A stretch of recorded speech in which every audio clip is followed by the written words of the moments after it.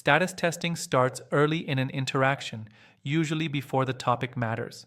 Someone makes a small demand, a correction, or a casual challenge and watches what happens next. The test is not the content, it is the response time and shape. High status people do not rush to fill space or repair tension. This is done by letting the moment sit without explanation, justification, or apology.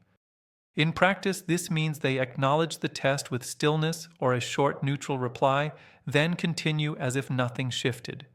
Power moves when the other person adjusts instead.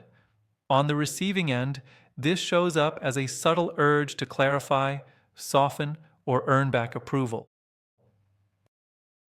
Another common test is forced explanation. Someone asks a question they already know the answer to, or challenges a minor detail to see if you defend it. The mechanism is simple. Whoever explains is positioning themselves as accountable. Whoever listens is judging. This is done by asking why, how, or are you sure, and then going quiet. In practice, this means the high-status person answers briefly or not at all, then redirects or pauses. The pressure shifts back across the table. When you are on the receiving end, it shows up as over-detailing, adding context, or trying to sound reasonable. The moment you explain more than required, the status decision has already been made. A third test appears through interruption and timing. One person speaks over another, finishes their sentence, or cuts in before a point lands.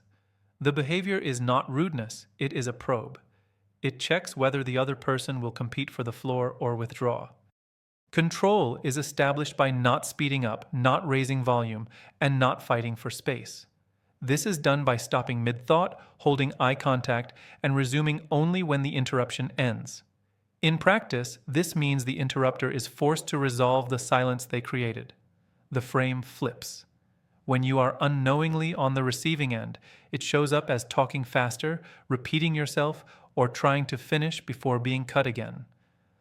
The loss of control happens in the rush, not the words. Another status test uses compliance through small instructions.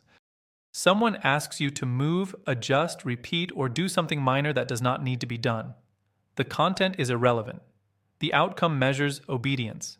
People who control interactions do not rush to comply with unnecessary adjustments. This is done by pausing, completing the original action first, or ignoring the instruction entirely. In practice, this means they decide if the request deserves a response rather than treating it as automatic. Authority shifts to the person who determines sequence. When you are on the receiving end, it shows up as instant compliance, followed by a subtle drop in leverage. The interaction resets with you in the responsive position. Another test hides inside casual humor and teasing. Someone makes a light comment at your expense and watches your reaction. The joke is a delivery system, not the point. It checks whether you will self-correct, laugh along, or push back. People with leverage do not explain themselves or oversmile to smooth it out. This is done by letting the comment pass without emotional acknowledgement or by responding flatly and moving on. In practice, this means no justification and no counter-joke. The person who introduced the test is left holding it. When you are on the receiving end unknowingly, it shows up as nervous laughter, self-deprecation, or trying to reframe the joke. Status shifts the moment you signal it landed. Status is also tested through urgency and artificial pressure. Someone frames a decision as time-sensitive to see who bends first. The mechanism is borrowed authority from the clock. People who control outcomes do not mirror urgency they did not create. This is done by slowing speech, asking for clarification, or doing nothing at all. In practice, this means the pace resets to the calmest person in the exchange. Leverage accumulates where time stops being a weapon. When you are on the receiving end, it shows up as quick agreement, premature concessions, or rushed explanations. The pressure feels external, but the loss of position is internal. Another test appears through selective attention and withdrawal. Someone reduces eye contact, checks a phone, or delays responses mid-interaction. The behavior measures who will work to re-engage. Control stays with the person who does not chase attention.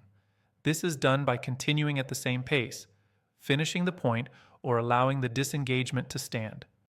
In practice, this means no increase in energy and no attempt to pull focus back.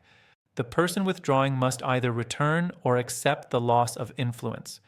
When you are on the receiving end, it shows up as raising your voice, speeding up, or asking if everything is okay. The moment you seek re-engagement, the hierarchy clarifies itself.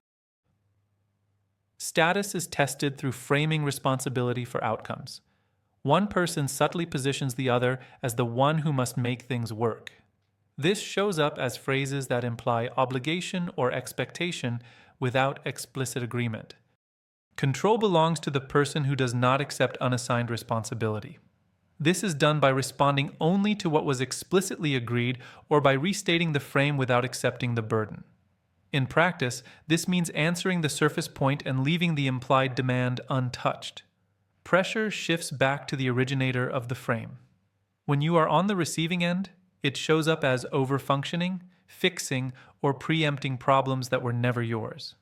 The test succeeds when you carry weight that was never placed on you. Another test is delivered through evaluation disguised as curiosity.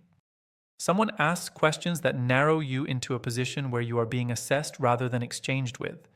The mechanism converts conversation into an interview. People who control outcomes do not accept unsolicited evaluation. This is done by answering selectively, redirecting the focus, or allowing silence after a question. In practice, this means not treating every question as deserving a full response. Authority stays with the person who decides what gets answered. When you are on the receiving end, it shows up as trying to qualify yourself or prove competence. The moment you seek approval, the structure is already set. The final test happens after nothing appears to happen. Someone lets an interaction end without closure, agreement, or reassurance. The space itself becomes the pressure. People who control outcomes are willing to leave things undefined.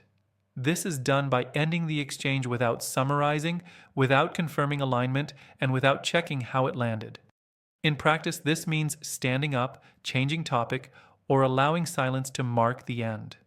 The other person is left to interpret the gap.